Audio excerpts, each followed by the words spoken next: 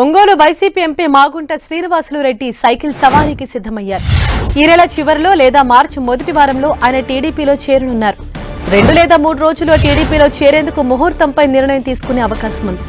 కొడుకు రాఘవరెడ్డిని ఒంగోలు నుంచి టీడీపీ అభ్యర్థిగా బరిలోకి దించే యోచనలో మాగుంట ఉన్నారు. మాగుంట చేరికకు టీడీపీ అధిష్టానం గ్రీన్ సిగ్నల్ ఇచ్చింది. మాగుంట రాకతో ఒంగోలు పార్లమెంటు సెగ్మెంట్లో టీడీపీ బలం పెరగనుంది. ఇదే విషయానికి సంబంధించి మరింత సమాచారాన్ని మా ప్రతినిధి శంకర్ మనకు అందిస్తారు. శంకర్, ఒంగోలు ఎంపీ సెగ్మెంట్ నుండి టీడీపీ తరఫున బరిలో నిలిచేందుకు మాగుంట సిద్ధమయ్యారు. ఈ నెల చివరన గానీ లేదా మార్చి మొదటి వారంలో గానీ చేరాలనే ఒక ఆలోచనకైతే వచ్చారు. అయితే గతంలో ఒక ముహూర్తాలు సరిగా నిర్ణయం తీసుకోలేదని చెప్పేసి కొంతమంది పురోహితులు ఆయనతో భావాలు వ్యక్తం చేసిన నేపథ్యంలో ఈసారి మంచి ముహూర్తం అనేది ఖచ్చితంగా డిసైడ్ చేసుకోవాలనే ఒక ఆలోచనలో భాగంగా ఇటీవల పురోహితుని కూడా ఒక సీనియర్ ఒంగోలులో ఉన్నటువంటి ఒక పురోహితుని కూడా కలిసినట్టు కూడా ఆయన మాగుంట అంచనా వర్గాలు చెప్తున్నాయి. ఆయన పురోహితుని యొక్క అభిప్రాయాల మేరకు ఈ నెల లాస్ట్ కానీ లేదా మార్చిలో మొదటి వారంలో కానీ ఒక 2-3 ముహూర్తాలు కూడా సూచించినట్టు కూడా ఆయన మాగుంట అంచనా వర్గాలు చెప్తున్నాయి. అయితే ఈసారి టీడీపీ నుంచి ఆయన కుమారుడు అయినటువంటి రాఘవరెడ్డిని ఖచ్చితంగా బరిలో నింపాలి, తన వారసత్వాన్ని ముందుకు తీసుకురావాలనే ఆలోచనలో మాగుంట శ్రీనివాసరెడ్డి ఉన్నారు. ఇందులో భాగంగా మాగుంట కుమారుడు అయినటువంటి రాఘవరెడ్డిని బరిలో దింపడం దాదాపు ఖాయంగా కనపడుతుంది.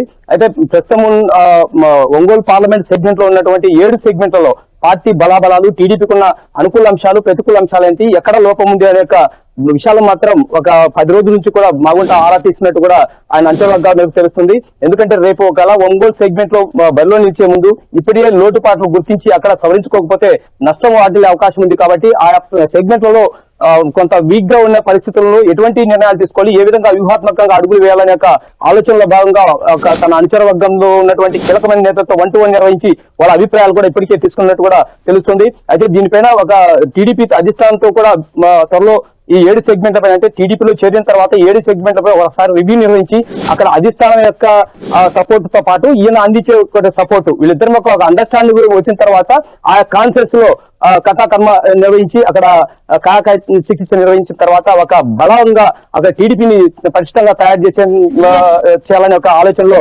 మాగుంట ఉన్నట్టు కూడా తెలుస్తుంది. అయితే ఇప్పటికే తన అనుచర వర్గం యొక్క అభిప్రాయాలు తెలుసుకున్న మాగుంట వచ్చే నెల మొదటి వారంలో కానీ లేదా ఈ నెల చివరిలో కానీ ఏ డేట్ న చేరాలనే ఒక విషయం మాత్రం తన అనుచరులకు చెప్పకుండా చాలా గుమ్మరంగా ఎంపీ మాగుంట ఉంచారు. హరీష, శంకర్, ఏదైతే అంటే ఇప్పుడు ఎన్నికలు సమీపిస్తున్న సమయంలో ఇప్పుడు ఆయన కొడుకునంటే ఒంగోలు నుంచి టీడీపీ అభ్యర్థిగా బరిలోకి దింపే యోచనలో ఈయన మాగుంట శ్రీనివాసులు ఉన్నారు. అంటే దీనిపైన పార్టీ నేతలు ఏ విధంగా స్వాగతిస్తున్నారు, ఏ విధంగా చూస్తున్నారు?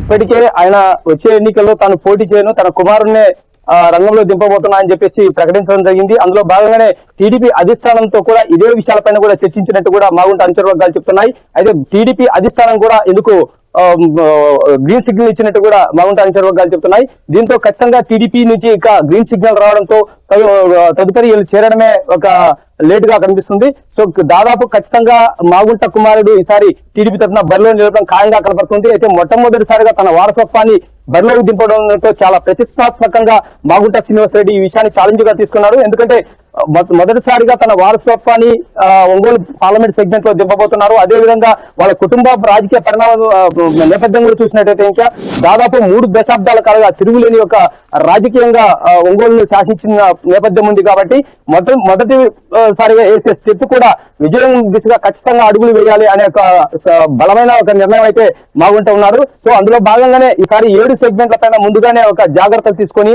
వ్యూహాత్మకంగా సంబంధించిన అంశాల్లో కానీ, పోల్ మేనేజ్మెంట్ సంబంధించిన అంశాలు కానీ, ఆర్థిక వనరులకు సంబంధించిన అంశాలు కానీ అక్కడ 7 సెగ్మెంట్లలో ఇప్పటికే అంటే జనసేన ఇటు టీడీపీ 2 పొత్తులు ఉన్నాయి. కాబట్టి ఎక్కడెక్కడ జనసేన పోటీ చేయబోతుంది, అక్కడ ఉన్న అనుకూల అంశాలు, ప్రతికూల అంశాలు ఏంటి, అదేవిధంగా టీడీపీ అభ్యర్థులు ఎక్కడెక్కడ పోటీ ఇవ్వబోతున్నారు, వీళ్ళు ఉన్నటువంటి అక్కడ రాజకీయ పరిస్థితులు ఏంటి, ఈ యొక్క దీనికి సంబంధించిన మొత్తం అంశాలపైన కూడా ఒక నిర్ణయానికి అయితే వచ్చారు. ఒక సంబంధించిన రోడ్ మ్యాప్ కూడా వాళ్ళకాడ సిద్ధం కూడా చేసినట్టు కూడా తెలుస్తుంది. వీళ్ళు తయారు చేస్తున్న మ్యాపింగ్ ప్రకారము టీడీపీ అధిష్టానంతో చర్చించిన తర్వాత వీళ్ళిద్దరి సపోర్ట్ తో అటువైపు అభ్యర్థులతో చర్చించిన తర్వాత టీడీపీ అధిష్టానం నిర్ణయం మేరకు నడుచుకునే అవకాశం అయితే ఉంది. హరీష. శంకర్, ఏదైతే ఇప్పుడు టీడీపీ జనసేన పొత్తులో భాగంగా అంటే ఆల్రెడీ ఇటు బీజేపీని కూడా కలుపుకోవే ప్రయత్నాలు ఒకవైపు జరుగుతున్నాయి. ఒకవేళ ఈ మూడు పార్టీలు కలిస్తే అంటే ఏదైతే ఒంగోలు నుంచి ఆయన కొడుకును బరిలోకి దింపాలని చూస్తున్నారు అంటే పొత్తులో భాగంగా ఆ సీటు మరి ఆయనకే కేటాయిస్తారా? అంటే ఎటువంటి చర్చలు జరుగుతున్నాయి? ప్రధానంగా టీడీపీ ఎక్కడైతే బలంగా ఉందో అటువంటి ప్రాంతాలను కూడా బీజేపీ కూడా అడుగుతున్నట్టు కూడా వైసీపీ టీడీపీ వర్గాల సమాచారం మేరకు తెలుస్తుంది. అంటే ఒంగోలు పార్లమెంట్ ప్రధానంగా చూసినట్టయితే ఇంకా సొంత ప్రాంతానికి చెందిన నేత పురంధేశ్వరి కాబట్టి, అదే కాక బీజేపీ రాష్ట్ర అధ్యక్షురాలుగా పురంధేశ్వరి ఉంది. అటువైపు టీడీపీ అధ్యక్షుడు చంద్రబాబుతో సాన్నిహిత్య రక్త సంబంధం కూడా ఉంది. సో ఈ నేపథ్యంలో ఒంగోలు కూడా బీజేపీ అడుగుతుంది. కానీ ఇక్కడున్న సమీకరణాలు, ఇక్కడ ఉన్నటువంటి రాజకీయ నేపథ్యం, గెలుపు ఓటంలో విషయాల్లో ఉన్నటువంటి అనుకూల ప్రతికూల అంశాలు, ఈ అంశాలు మొత్తం టోటల్ కూడా బీజేపీతో చర్చించిన తర్వాత ఒక తుది నిర్ణయానికి అయితే రాబోతుంది. అయితే ఇప్పటికే బీజేపీ, జనసేన, టీడీపీ ఈ మూడు పార్టీలు అంతర్గతంగా చర్చించుకున్నట్టు ఒక అవగాహనకు వచ్చినట్టు కూడా టీడీపీ వర్గాలు చెప్తున్నాయి. దీని మేరకు ఒంగోలు పార్లమెంట్ సెగ్మెంట్ లో మాగుంట కుటుంబానికి కూడా అవకాశం కల్పించాలనే ఒక నిర్ణయానికి వచ్చిన తర్వాతే మాగుంట కూడా గ్రీన్ సిగ్నల్ కూడా ఇచ్చినట్టు కూడా తెలుస్తుంది. హరీష. Thank you Shankar.